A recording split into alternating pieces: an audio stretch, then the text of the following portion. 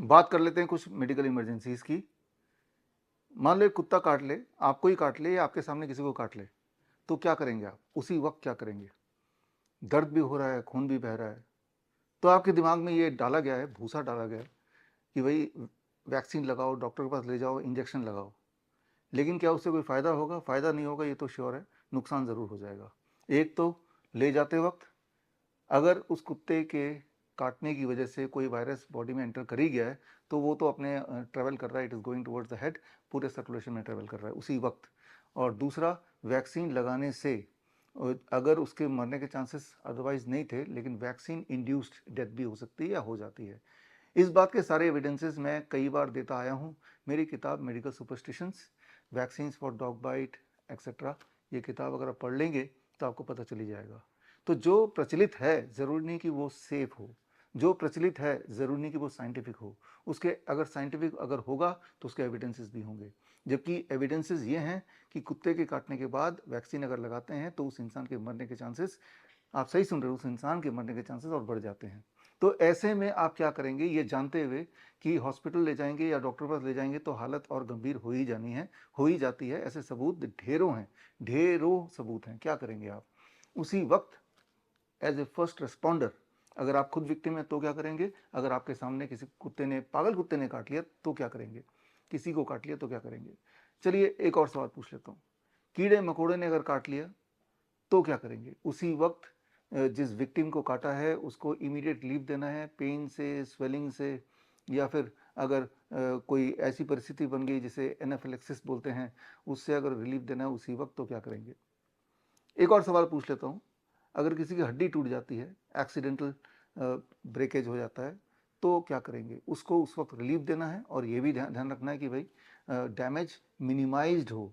अगर उसके हाल में छोड़ दें, अगर हम इस सोच में पड़ जाएं एम्बुलेंस आएगी, एम्बुलेंस ले जाएगी तभी कुछ होगा, तो याद रखिए ये जो सारी परिस्थितियां हैं इसमें कुछ मिनट या कई बार कुछ सेकंड का ही आपके पास मोहलत होती है, उतने में ही काम करना है। एक सवाल और पूछ लेता हूँ।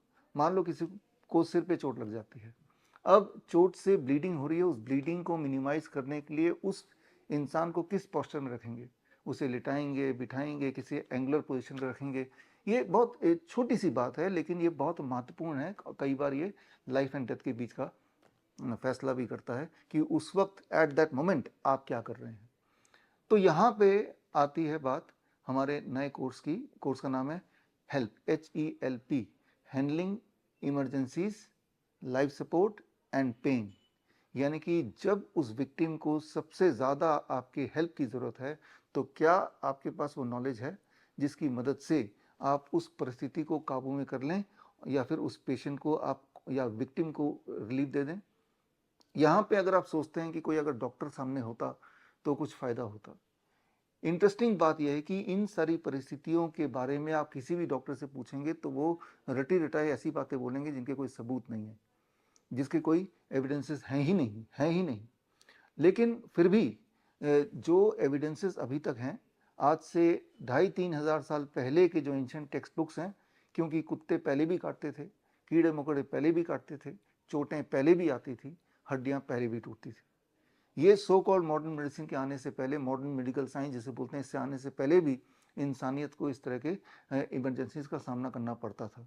तो तब लोग क्या करते थे और तब जो वो करते थे, क्या अभी वो साइंस बैक्ड है? क्या उसके सबूत आज के ज़माने के मेडिकल साइंस के अकॉर्डिंग है? The answer is yes.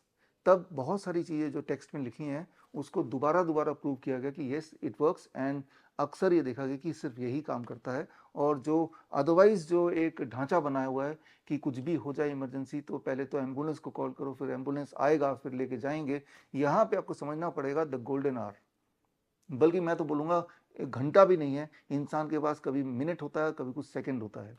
मान लो गलती से कोई पॉइजन इंजेस्ट कर लेता है और उस वक्त उसकी हालत आपकी आंखों के सामने बिगड़ जाती है, तो क्या करेंगे आप? ये सारी वो परिस्थितियां हैं जिसके लिए ना तो आप तैयार हैं और ना ही किसी डॉक्टर को तैयार किया जाता है। अगर आपको लगता है कि कोई डॉक्टर है, उसको इन सारे बातों में उसी वक्त क्या करना है उसको पता है और वो कुछ ना कुछ करेगा जिससे उस विक्टिम के बचने के चांसेस या रिलीफ मिलने के चांसेस बढ़ जाएंगे, तो जो सवाल मैंने आपसे पूछे, आप अपने किसी चहेते डॉक्टर से पूछ के देखिए कि ये सारी परिस्थितियां हैं और आपकी आंखों के सामने हो रहा है और उस वक्त कैसे आप उस विक्टिम को रिलीफ पहुंचाएं। रिलीफ में मतलब कि उस वक्त वो जो पेन से गुजर रहा है वो पेन थोड़ा घट जाए और जो डैमेज होने वाला था वो डैमेज भी मिनिमाइज हो जाए। तो ऐसे अधिकतर परिस्थितियों में इवन बड़े से बड़े सो कॉल डॉक्टर्स के भी हाथ पैर फूल जाते हैं। वो तो बोलेगा एम्बुलेंस आएगी, एम्बुलेंस आएगी, उस विक्टिम को उठा के लेके जाएगी। इस पूरे सर्कल में, पूरे साइकिल में आप जानते हैं हमारे देश की अगर बात करें, कम से कम 1 घंटा, 1.5 घंटा, 2 घंटा, और अगर हॉस्पिटल पहुंच भी गया तो अब क्या होने वाला है? क्या वही होने वाला है जिससे उस विक्टिम को बचाने की संभावना वो बढ़ जाए? The answer is no. मैंने कई सारे ऐसे एविडेंसेस और ऐसे किताबें निकाली हैं जिसके माध्यम से मैंने आपको बताता आया हूँ कि जो प्रचलित है, जिसे मॉडर्न मेडिसिन बोला जाता है, उसके अगर आप एविडेंस को ढूंढेंगे तो उस एविडेंस के अंदर जाएंगे तो वो खोखला नजर आता है। जबकि ऐसे बहुत सारे रेमेडीज हैं जो एज ए फर्स्ट रिस्पॉन्डर आप कर सकते हैं, जो एविडेंस बेस्ड हैं, जो एविडेंस बैक्ड अप है। लेकिन अनफॉर्चुनेटली ऐसे जो असली टेक्निक्स हैं जो एंशिएंट टाइम से भी चल रहा है और मॉडर्न मेडिसिन में भी किसी न किसी ने उसको दोबारा से एस्टेब्लिश किया, प्रूव किया, वो आम जनता की तो बात छोड़िए, जो क्लिनिशियंस हैं, जो डॉक्टर्स हैं, इवन जो इमरजेंसी एक्सपर्ट्स हैं, उनको भी इस बारे में जो असली मेथड्स हैं पढ़ाया नहीं जाता है। हमारा जो हेल्प का कोर्स है, handling emergencies, life support and pain, मतलब 50 से अधिक ऐसे मेडिकल कंडीशंस हैं जहाँ पे आप एज ए फर्स्ट रिस्पॉन्डर बहुत कुछ कर सकते हैं, बहुत कुछ कर सकते हैं इमीडिएटली।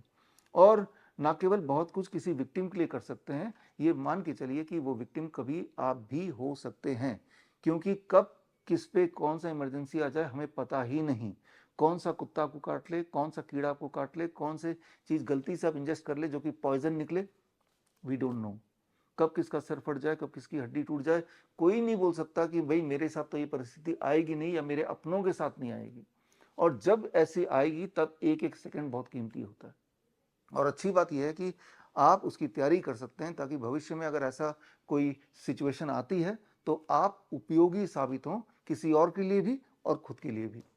तो ये हमारा 1 मंथ ऑनलाइन ट्रेनिंग प्रोग्राम है, ऑनलाइन 1 महीने का, जहां हर हफ्ते 2 घंटे की क्लासेस होंगे एंड 3 दिन का हैंड्स ऑन ऑफलाइन ट्रेनिंग।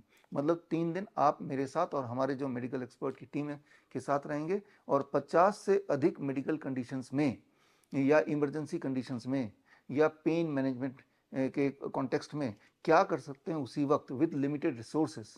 सड़क में अगर आप देखते हैं कोई बेहोश पड़ा हुआ है फॉर एग्जांपल, अब बेहोश क्यों पड़ा है, वो फेंट क्यों है, पहले तो ये पता चलना, वो भी 1 मिनट के अंदर ही, और फिर हम इमीडिएटली कैसे रिलीफ दें ताकि वो होश में आ जाए और उसका नुकसान मिनिमाइज्ड हो जाए। तो ये सारी बहुत इंपॉर्टेंट बातें हैं और ये सारा कुछ सीखना बहुत आसान है।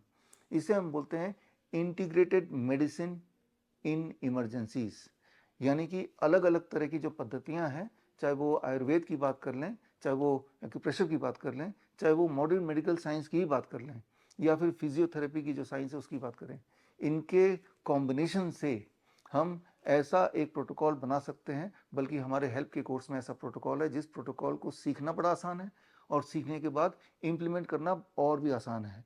यानी कि आप हमेशा कॉन्फिडेंट फील करेंगे। और ऐसा कभी अगर भगवान ना करे आपके सामने कोई ऐसा विक्टिम आ जाए कि जब वो बेहोश पड़ा हुआ है, खून से लथपथ है, तब जबकि सब या तो भीड़ बन जाते हैं या ज़्यादा ज़्यादा वीडियोग्राफी करने लग जाते हैं और उनमें से कोई एक आध एम्बुलेंस को फ़ोन भी कर देता है।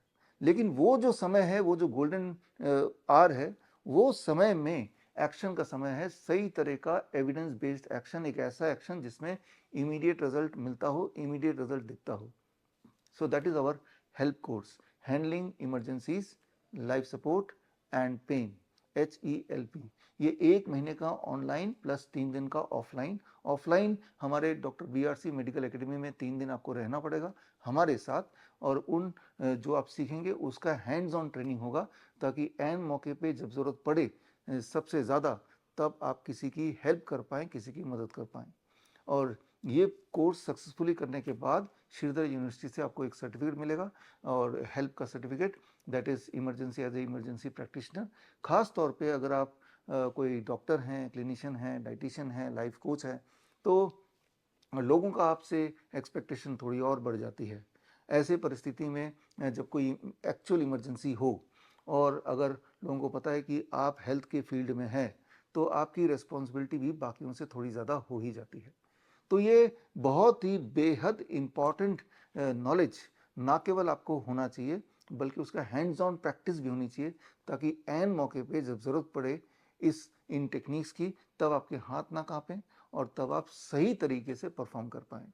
तो ये हेल्प सर्टिफिकेशन कोर्स जुलाई महीने से शुरू हो रहा है और इस कोर्स में रजिस्टर करने के लिए आप जाएं www.bishrup.com/help में HELP और जाके अपने आप को रजिस्टर करा सकते हैं।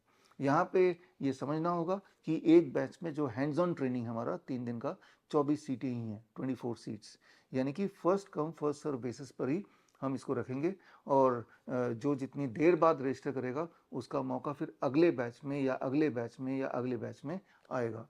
इसीलिए ज़रूरत है कि आप किसी की हेल्प कर पाएँ, तो उसके लिए प्रायोरिटी पे अगर आप चाहते हैं कि ऐसे मौके पे आप किसी के काम आएँ, किसी को रिलीफ दे पाएँ, किसी की ज़िंदगी बचा पाएँ, तो ज़रूर इस हेल्प को अपने ज़िंदगी में शामिल करें और इसमें आप देखेंगे कि बड़ी से बड़ी दिखने वाली मेडिकल इमरजेंसीज़ में भी आसान से आसान तरीके से with very very limited resources आप किसी को कुछ मिनट में और कई बार कुछ सेकंड में इमीडिएट रिलीफ दे सकते हैं और ये जो आपका रिलीफ है वो किसी की जान बचा सकता है।